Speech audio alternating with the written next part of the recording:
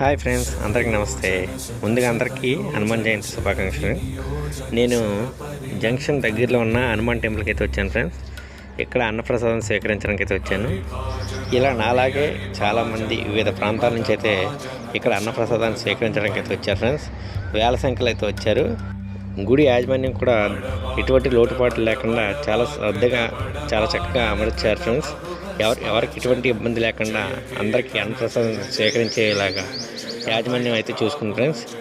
అన్నదానాన్ని స్వీకరించేటప్పుడు అందరూ కూడా చాలా చక్కగా క్యూ పద్ధతి అయితే పాటించారు. నాకు ఇది బాగా నచ్చింది. ఎంత 5 స్టార్లో భోజనం చేసినా సరే ఇలా అన్నప్రసాదం స్వీకరించే భోజనం ఎంతైనా చాలా స్పెషల్గా చాలా స్వీకరించడానికి తినడానికి కూడా చాలా హ్యాపీగా అనిపిస్తుంది. ఇక్కడ ఉన్న టేస్ట్ నాకు తెలిసి ఎక్కడ రాదు. ఇక్కడ రకరకాల వంటలు అయితే వండారు ఫ్రెండ్స్. అవి ఈ వంటలతో పాటు మజ్జిగ మరియు రసన కూడా ఏర్పాటు చేశారు ఫ్రెండ్స్. అంటే ఎండలు ఎక్కువ ఉన్న కారణంగా ఇవన్నీ కూడా ఏర్పాటు చేశారు.